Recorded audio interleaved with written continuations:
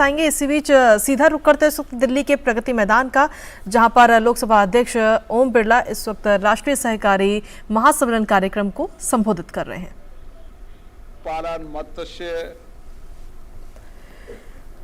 और जिन्होंने एग्रीकल्चर सहित कई विभागों को राज्य में संभाला, केंद्र में संभाला,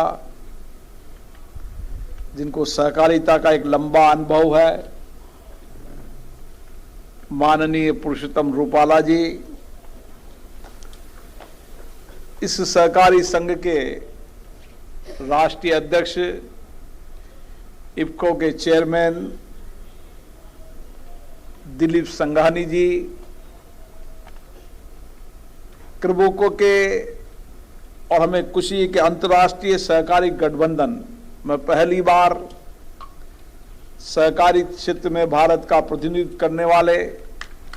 डॉक्टर चंद्रपाल सिंह जी यादव साहब, नेफेड के चेयरमैन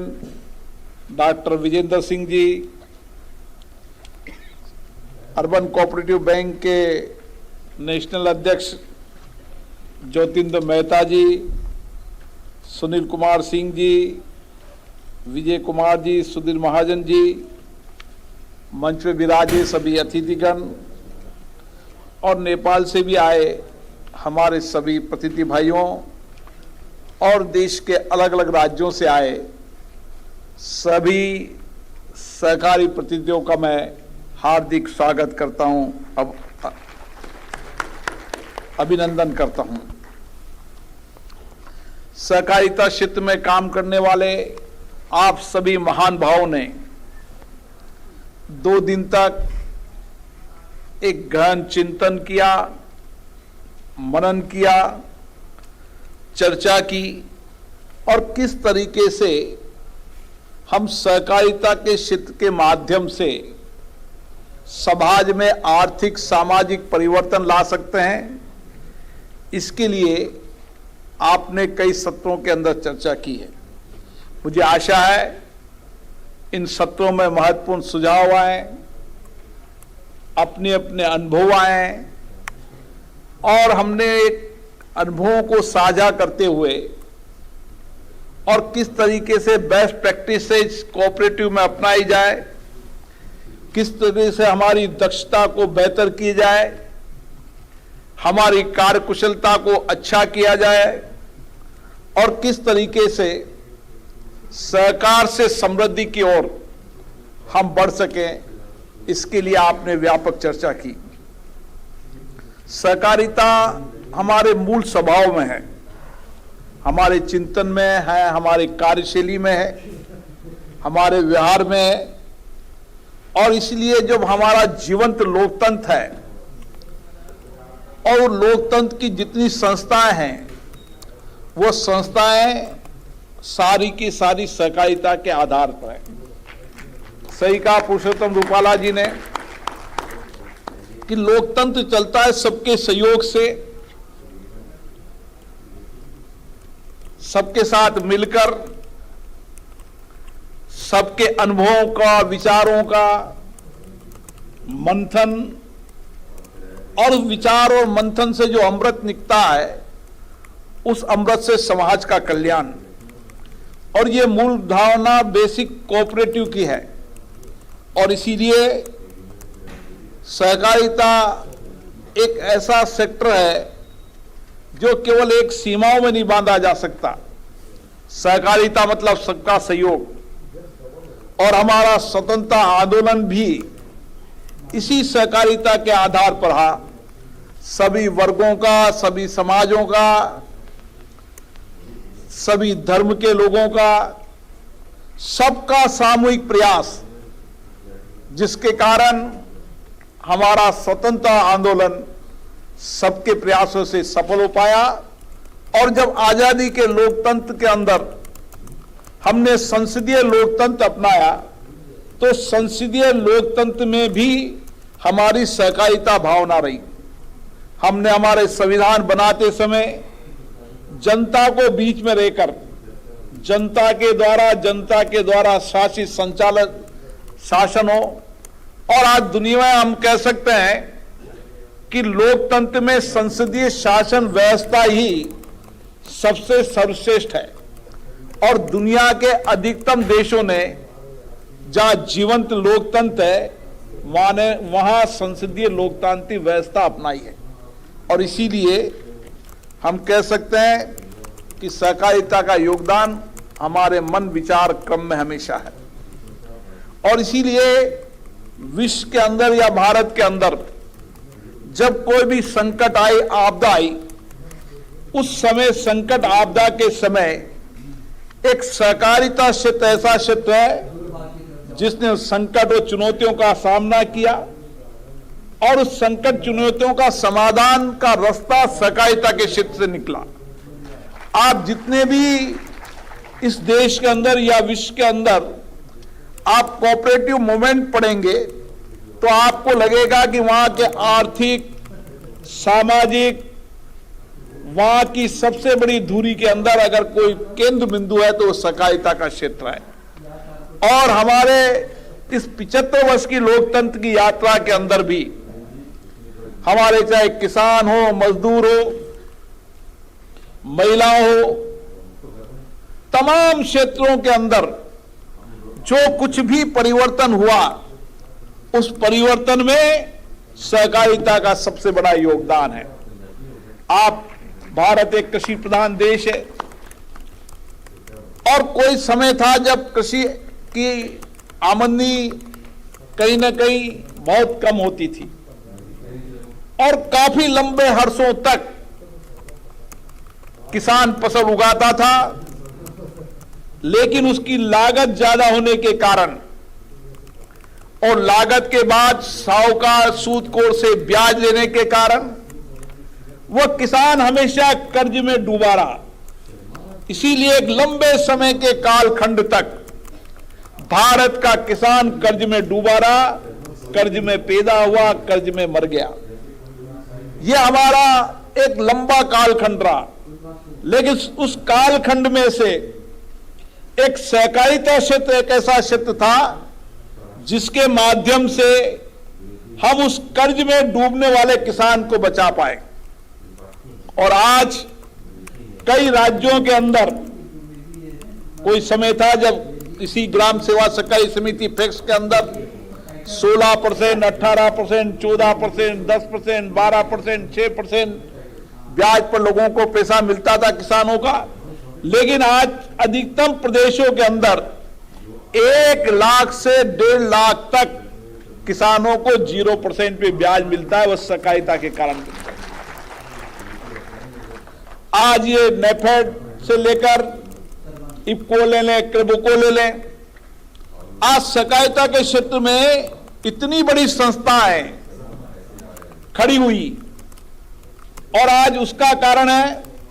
कि उसमें काम करने वालों ने ईमानदारी से काम किया। और यही कारण है कि हम एग्रीकल्चर सेक्टर को आने वाले समय के अंदर भारत के प्रधानमंत्री जी जो नीतियां बनाई है, पॉलिसी बनाई है, उन नीतियों कार्यक्रम के माध्यम से आने वाले समय के अंदर किसान को आमदनी का पूरा मूल्य मिले, उसकी लागत कम हो, उपज ज्यादा हो, इस दिशा के अंदर काम की योजना बनाई जा रही है। लेकिन उसमें भी सहकारिता का सबसे बड़ा योगदान होगा। जो प्रधानमंत्री जी ने कल कहा कि फार्मर प्रोडक्शन ऑर्गेनाइजेशन, हम इसको सहकारिता का माध्यम से अगर जोड़ते हैं, सब गांव मिलकर एक साथ खेती करें, अच्छी उपज उगाएं, सामूहिकता से इक्विपमेंट हो, संसाधन का उपयोग ठीक से हो, तो आने वाले समय के अंदर किसान का कल्याण हो सकता है और किसान की आमदनी को भी बढ़ाया जा सकता है। और इसीलिए आप देख लीजिए, हमारे रूपाला जी बैठे हैं, इस देश के अंदर अगर श्वेत क्रांति और नील क्रांति लाए तो वो सहकारिता क्षेत्र के माध्यम से लाए। आज श्वेत क्रांति के रूप में अमूल हमारे सामने उदाहरण है, लेकिन ऐसे बहुत सारे देश के अंदर डेयरी फेडरेशन है जिन्होंने छोटे छोटे, मैं गुजरात गया था, गुजरात में ने देखा कोई 5 किलो, कोई 10 किलो, कोई 15 किलो दूध ला रहा था। किस तरीके से छोटे छोटे दूध को लाकर एक कलेक्शन सेंटर नजदीक गांव में बन गए और उनके धीरे धीरे 10 से 15-20 हजार रुपए की इनकम शुरू हो गई। ऐसे कई सारे मॉडल जो देश में अच्छे उदाहरण हैं,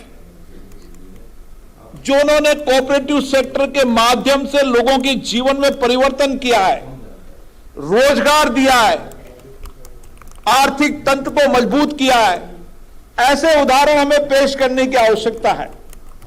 यह श्वेत क्रांति भी इसका एक उदाहरण है। और नील क्रांति, छोटे छोटे मछुआरों ने जहां कोऑपरेटिव सेक्टर बनाया, कोऑपरेटिव सेक्टर बनाकर उन्होंने किस तरीके से मछली उत्पादन को लाभ की दृष्टि से करने का काम किया और उन्होंने उसको प्रोसेसिंग करने का काम किया, स्टोरिंग करने का काम किया, किस ट्रांसपोर्टेशन करने का काम किया ताकि उसका मूल्य ठीक मिल सके। जब सब मछुआरे मिलकर एक साथ मत्स्य पालन करते हैं तो उत्पादन ज्यादा होता है, तो मार्केट भी ठीक मिलता है, उनको स्टोरेज प्रोसेसिंग करने का भी ठीक मिलता है। तो नील क्रांति का भी बहुत बड़ा योगदान है। और इसीलिए मैं कह सकता हूं कि दुनिया के अंदर जब भी आपदा संकट आई, एक समय उपभोक्ता की वस्तुएं बहुत आगे बढ़ गई थी और उन उपभोक्ताओं की वस्तुओं को नियंत्रित करने के लिए कौन सी संस्था है? सहकारी आंदोलन आया और सहकारी आंदोलन ने दुनिया के अंदर बढ़ती कीमतों को नियंत्रित करने का काम किया, तो वो भी सहकारिता के क्षेत्र में किया। ऐसे मेरे पास बहुत सारे उदाहरण हैं, चाहे हाउसिंग की सोसाइटी हो, चाहे मत्स्य पालन हो, चाहे छोटे छोटे हाथ करगा हो, बुनकर हो, कई उदाहरण हैं। सहकारी कर्मचारी सहकारी समितियां हो। लोगों को कोई समय में ऐसा समय था जब लोग कर्ज में ही डूब जाते थे और सूदखोर ब्याजखोर से उनको 3 रुपया, 4 रुपया, 5 रुपया सैकड़े पे ब्याज लेना पड़ता था। लोगों ने सहकारिता का आंदोलन खड़ा किया, छोटी छोटी बचत की सोसाइटियां बनाई, कर्मचारी सहकारी समितियां बनाई, श्रमिक समितियां बनाई, महिला समितियां बनाई, बाल गोपाल जो समिति का उदाहरण पहली बार मेरे सामने आया, ऐसी बाल गोपाल समिति बनाई। कौन सी मेरे सामने महतो जी बैठे हैं, अर्बन कोऑपरेटिव बैंक कहां तक पहुंच गया? महिला अर्बन कोऑपरेटिव बैंक को, अन्य कोऑपरेटिव बैंक को। मैं गुजरात में गया, मैंने देखा किस तरीके से अर्बन कोऑपरेटिव बैंक ने लोगों के जीवन को बदल गया। छोटी छोटी बचत, उसका ब्याज भी ठीक मिलना और उस बचत के माध्यम से उनको कभी आवश्यकता आती, आवश्यकता इमरजेंसी में आवश्यकता हो, बेटी की शादी हो, कुछ घर बनाना हो, कार खरीदनी हो, छोटी छोटी चीजों को लेकर कोऑपरेटिव सेक्टर में लोन देकर, कम ब्याज पर लोन देकर किस तरीके से लोगों के जीवन को बदलने का काम किया। एक बहुत बड़ा सेक्टर कोऑपरेटिव का सेक्टर है। लेकिन इस कोऑपरेटिव सेक्टर में एक समय, एक कालखंड आया था जब उस कालखंड में, क्योंकि मैं भी सहकारिता क्षेत्र में रहा हूं, उस कालखंड में कहीं ना कहीं करप्शन, हमारे मैनेजमेंट में कमी, हमारी सिस्टम में बदलाव न होना, ठहराव होना, राजनीति का कहीं ना कहीं घुसना, उसके कारण एक समय आया था जब समय हम सब के लिए, कोऑपरेटिव के लिए ठीक नहीं था और सहकारिता को उसी करप्शन, कुप्रबंध,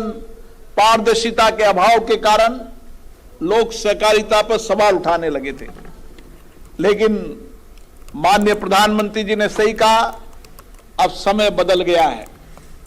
और समय बदलने के साथ उन्होंने कहा कि सहकारिता के क्षेत्र को उदय करना है, सहकार से समृद्धि की ओर बढ़ाना है। और इसीलिए आजादी के 75 साल बाद सहकारिता का एक अलग मंत्रालय बनाया और उस मंत्रालय के अंदर जो मंत्री बनाए गए माननीय अमित शाह जी, वह भी सहकारिता क्षेत्र से जुड़े हुए हैं और जब उनसे चर्चा होती है तो उनका लक्ष्य है कि आने वाले समय के अंदर हम सहकार से समृद्धि लाएंगे और आत्मनिर्भर भारत खड़ा करने का काम इस सहकारिता के माध्यम से करेंगे। और इसलिए ठीक कह रहे थे चंद्रपाल सिंह जी, आने वाले इन फैक्स के अंदर सहकारी ग्राम सेवा सहकारी समिति के अंदर जो अभी देश के अंदर कुछ इलाकों के अंदर अभी जीएसएस नहीं है, हम जीएसएस बोलते हैं, अलग फैक्स बोलते हैं, अलग अलग प्रदेशों के अंदर अलग अलग नाम है, लेकिन ये लक्ष्य बनाकर कि इस 5 साल के अंदर हर ग्राम पंचायत पर एक फैक्स होगी और एक फैक्स होगी, वो उस गांव का आर्थिक मॉडल होगा जहां पर कोर बैंकिंग से लेकर उपभोक्ता से लेकर खाद से लेकर बीज से लेकर और तमाम चीजें वहां पर मिलेगी और उसके साथ साथ आने वाले समय के अंदर इन्हीं फैक्स के माध्यम से परचेजिंग होगी, एमएसपी की परचेजिंग होगी और आने वाले समय में यहां स्टोरेज बनेंगे, भंडारण व्यवस्था बनेगी ताकि किसान को कभी माल सस्ती दर पर न बेचना पड़े। आज हमारी चिंता यह है कि गांव से जब किसान माल लेकर मंडी में जाता है तो उसमें मंडी में उसका माल ऑक्शन होता है, उसको पता नहीं रहता मेरी रेट ठीक मिलेगी नहीं मिलेगी। अगर हमने ग्राम सेवा सहकारी समिति फैक्स को मजबूत कर दिया तो उसकी स्टोरेज करने की, भंडारण करने की क्षमता खड़ी हो जाएगी और भंडारण करने की क्षमता खड़े होने के कारण उसको कम दाम पर उसकी उपज को नहीं बेचना पड़ेगा और उसकी उपज का उचित मूल्य होगा तो वो बेचेगा। इस दिशा के अंदर भी काम करने की आवश्यकता है और इसीलिए इन सब बातों के लिए आवश्यकता है कि हमारे सिस्टम को हम बदलाव करें, हमारी कार्यकुशलता को बेहतर करें, हमारी दक्षता को बेहतर करें, कोऑपरेटिव में पारदर्शिता आए, कोऑपरेटिव में ईमानदारी आए और ह्यूमन टच कम होते हुए किस तरीके से डिजिटलकरण की ओर बढ़े, इस दिशा के अंदर काम करने की आवश्यकता है। मुझे खुशी है कि माननीय अमित शाह जी ने देश की सभी फैक्स को आने वाले समय में डिजिटल करने का एक समयबद्ध कार्यक्रम लिया है, लेकिन इस केवल फैक्स नहीं, हम तमाम कोऑपरेटिव सेक्टर के अंदर हम तकनीकी का अधिकतम उपयोग करते हुए किस तरीके से बेहतर पारदर्शिता लाते हुए और एक ईमानदार कोऑपरेटिव सेक्टर खड़ा करने का काम करें। मेरा दावा विश्वास है इस भारत में जिस दिन सहकारिता के क्षेत्र में हम सब मिलकर ईमानदारी, कार्यकुशलता, बेहतर दक्षता खड़ा कर देंगे, दुनिया के अंदर भारत का कोऑपरेटिव सेक्टर आर्थिक और सामाजिक जीवन में परिवर्तन लाएगा और हम जब 5 ट्रिलियन इकोनॉमी की बात करते हैं उसमें भी सबसे बड़ा योगदान इस कोऑपरेटिव का सेक्टर का होगा, क्योंकि कोऑपरेटिव सेक्टर में जो पूंजी लगती है वो सामाजिक पूंजी लगती है, गरीब से गरीब, छोटे से छोटे व्यक्ति की पूंजी लगती है। इस सामाजिक पूंजी का उपयोग लोगों की जिंदगी को बेहतर करने का, लोगों के कामगार को खड़ा करने का, रोजगार स्वरोजगार खड़ा करने का और एक आर्थिक मॉडल, सहकारिता में एक ऐसा आर्थिक मॉडल बनना चाहिए जो सबसे सर्वश्रेष्ठ मॉडल होगा। और मेरा विश्वास है कि अगर आर्थिक मॉडल सबसे सर्वश्रेष्ठ हो सकता है तो सहकारिता के क्षेत्र में हो सकता है और इसीलिए इस आर्थिक मॉडल की बुनियाद को नए तरीके से खड़ा करने के लिए एनसीआई ने एक बड़ा कार्यक्रम शुरू किया है और आने वाले समय मुझे आशा है कि एनसीआई इस आर्थिक मॉडल को और इकोनॉमी को और एजुकेशन को और उसके साथ साथ मजदूर, गरीब, छोटे लोगों को किस तरीके से सहकारिता के माध्यम से आत्मनिर्भर, आत्मस्वावलंबन कर सकता है, इस दिशा के अंदर काम करेंगे। मुझे पूर्ण विश्वास है कि 2 दिनों के अंदर जो आपने विचार विमर्श किया, सहकारिता आंदोलन की भावनाओं के साथ आप इसको मजबूत बनाएंगे कोऑपरेटिव को कॉपरेशन के माध्यम से चलाएंगे और आने वाले समय में जो माननीय प्रधानमंत्री जी ने कहा कि कोऑपरेटिव सेक्टर दुनिया का सबसे बेहतर मॉडल होगा, जिसमें राजनीति की जगह समाज नीति होगी, जिसके अंदर सहकारिता की नीति होगी, सबके साथ की नीति होगी, सबके मिलकर नीति होगी, सबके सामूहिकता की नीति होगी। तो मुझे लगता है कि आने वाले समय में कोऑपरेटिव में एक बदलाव दिखेगा। इसी के साथ मैं एनसीयूआई के हमारे मित्र दिलीप संघानी जी को, जिनके नेतृत्व में एनसीयूआई नई गतिमान हो रहा है, और सभी सहकारिता के क्षेत्र से आए विभिन्न राज्य के प्रतिनिधियों को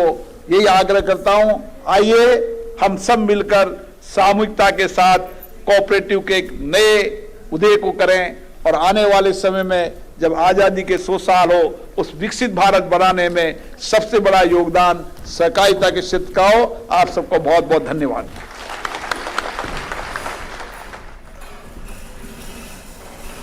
तो लोकसभा स्पीकर ओम बिरला को आप सुन रहे थे। 17वें राष्ट्रीय सहकारी महासम्मेलन का आज समापन समारोह दिल्ली के प्रगति मैदान में, जहां पर उन्होंने कई सारी बातें बताई कि अगर हम सभी लोग सहकारिता को साथ में लेकर के चलेंगे, एक दूसरे का साथ देंगे, तो हम किस तरीके से मजबूत होंगे। साथ ही जो किसान पहले कर्ज में डूबा रहता था, आज वो किस तरीके से कर्ज से उभर रहा है, सरकार की तरफ से जो योजनाएं चलाई जा रही हैं उसका किस तरीके से किसानों को फायदा मिल रहा है, ये तमाम बातें ओम बिरला की तरफ से कही गई।